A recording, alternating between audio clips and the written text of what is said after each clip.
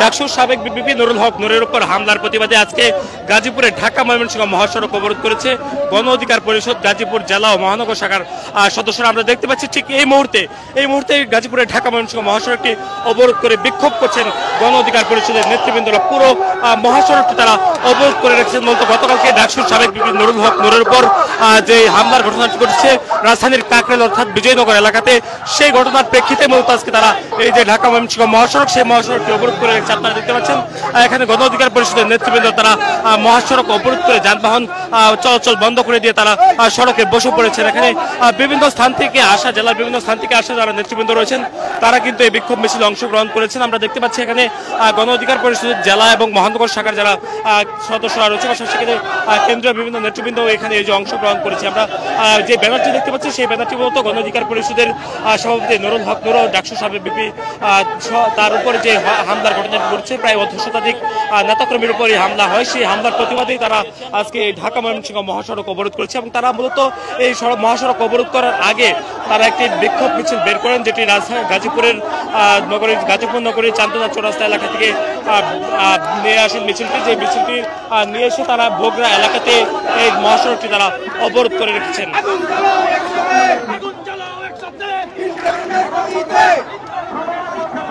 আমরা দেখতে পাচ্ছি এখানে গণ অধিকার পরিষদের যারা নেতৃবৃন্দ রয়েছেন তারা কিন্তু অংশগ্রহণ করেছেন এবং তাদের অংশগ্রহণে এই যে বিক্ষোভ, সেই বিক্ষোভ থেকে তারা ঢাকা ময়মনসিংহ মহাসড়কটি তারা অবরোধ করেছে। এবং পিছনে যানবাহনের দীর্ঘ সারি আমরা দেখতে পাচ্ছি, পুরো এলাকায় যানবাহনের যে দীর্ঘ সারি সেটি কিন্তু আমরা দেখতে পাচ্ছি এবং যানবাহন চলাচল কিন্তু ইতিমধ্যেই স্থগিত হয়ে গেছে এবং পুরো এলাকায় আসলে যানবাহন চলাচল বন্ধ রয়েছে।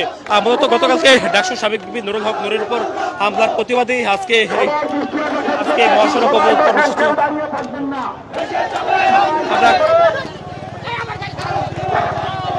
আমরা কথা বলতে চাই। এখানে গণ অধিকার পরিষদের যে কেন্দ্র নেতা রয়েছে পাঠান আজাহার, তিনি কিন্তু এই বিক্ষোভে অংশগ্রহণ করেছেন এবং তার নেতৃত্বে মূলত এই বিক্ষোভ মিছিলটি অংশ কেন্দ্র আজকে মহাসড়ক।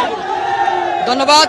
আমাদের কেন্দ্রীয় কর্মসূচি হিসাবে আপনারা নিশ্চয়ই অবগত রয়েছেন, গতকালকে ডাকসুর বিপি নুরুল হক নুরের উপরে সেনাবাহিনী এবং পুলিশ যে আক্রমণ করেছে, তাকে মারার জন্য হত্যা করার পরিকল্পনা করেছিলেন। আপনারা জানেন তাকে রক্তাক্ত করা হয়েছে। বিপি নুরুল হক নুর সহ গণ অধিকার পরিষদের প্রায় শতাধিক নেতাকর্মীর উপরে পুলিশ এবং সেনাবাহিনী যৌথভাবে আক্রমণ করেছে এবং আওয়ামী লীগের দূষর সহ তার ধারাবাহিকতা সারা বাংলাদেশের কর্মসূচি হিসাবে আমাদের গাজীপুরের কর্মসূচি বিক্ষোভ সমাবেশ। আমরা এখন বর্তমান বিক্ষোভ সমাবেশে অংশগ্রহণ করছি। আমাদের এই প্রোগ্রামটি বিক্ষোভ সমাবেশটি অত্যন্ত শান্তিপ্রিয়। আমরা আমাদের দাবি অত্যন্ত সুস্পষ্ট। বাংলাদেশ আওয়ামী লীগকে যেভাবে বাংলাদেশ থেকে বিতাড়িত করা হয়েছে, জাতীয় পার্টিকেও সেইভাবে বিতাড়িত করা না পর্যন্ত আমরা রাজপথে থাকব এবং নুরুল হক নুরের উপরে গতকালকে যে আক্রমণ হয়েছে তার সুষ্ঠু তদন্ত এবং সুষ্ঠু তদন্তের মাধ্যমে যারা দোষী রয়েছে তাদেরকে আইনের মাধ্যমে 24 ঘন্টার ভিতরে আইনের মাধ্যমে নিয়ে আসতে হবে। আমরা দেখতে পেয়েছি গতকালকে আপনি নিজেও প্রত্যক্ষদর্শী ছিলেন, গতকালকে আপনি নিজে উপস্থিত ছিলেন, আসলে কারা হামলাটি করেছে একটু এটা স্পষ্ট, আপনারা ভিডিওতেও ফলো করছেন। যেখানে জিএম কাদের সাহেব জাতীয় পার্টির কার্যালয়ে উপস্থিত ছিলেন, সে উপস্থিত থাকাকালীন অবস্থায় সে কিভাবে প্রশাসনকে ম্যানেজ করে একটা গণতান্ত্রিক রাজনৈতিক দল 24-এর অভ্যুত্থানে যে রাজনৈতিক দলটির সবচেয়ে বেশি ভূমিকা ছিল, যে নেতাটার বেশি ভূমিকা ছিল, সেই নেতাটা হচ্ছে বিপি নুরুল হক নুর। আর সেই নেতাকেই এই অপশক্তি স্বৈরাচারের প্রেতাত্মারা জাতীয় পার্টিরা কিভাবে এই দেশের গণতান্ত্রিক শক্তিকে রুদ্ধ করা যায়, তারা পরিকল্পিতভাবে পুলিশ, সেনাবাহিনী এবং আওয়ামী লীগ জাতীয় পার্টির দূষর আমাদের উপর আক্রমণ করেছিল। ধন্যবাদ।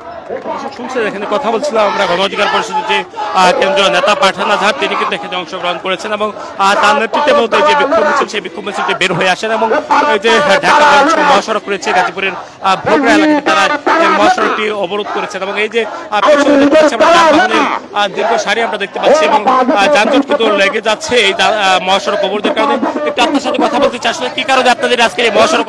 আপনারা জানেন গতকালকে সংবাদ সম্মেলনের মাঝখানে বিপি নুরুল হক নুরের উপর যেভাবে অতর্কিত হামলা করেছে সেনাবাহিনী এবং পুলিশ, 24-এর গণঅভ্যুত্থানের পরবর্তী বাংলাদেশে বিপি নুর 24-এর গণঅভ্যুত্থানের অন্যতম মাস্টারমাইন্ড ছিল। বিপি নুরের হামলা বাংলাদেশের মানুষকে মানুষকে কলঙ্কিত করেছে। আমরা দৃঢ় বিশ্বাস করি যে সকল সেনা সদস্য এবং পুলিশ সদস্য বিপিনুরের উপর হামলা করেছে তাদেরকে চিহ্নিত করে সেনাবাহিনী থেকে বহিষ্কার করে বিচারের সম্মুখীন করতে হবে।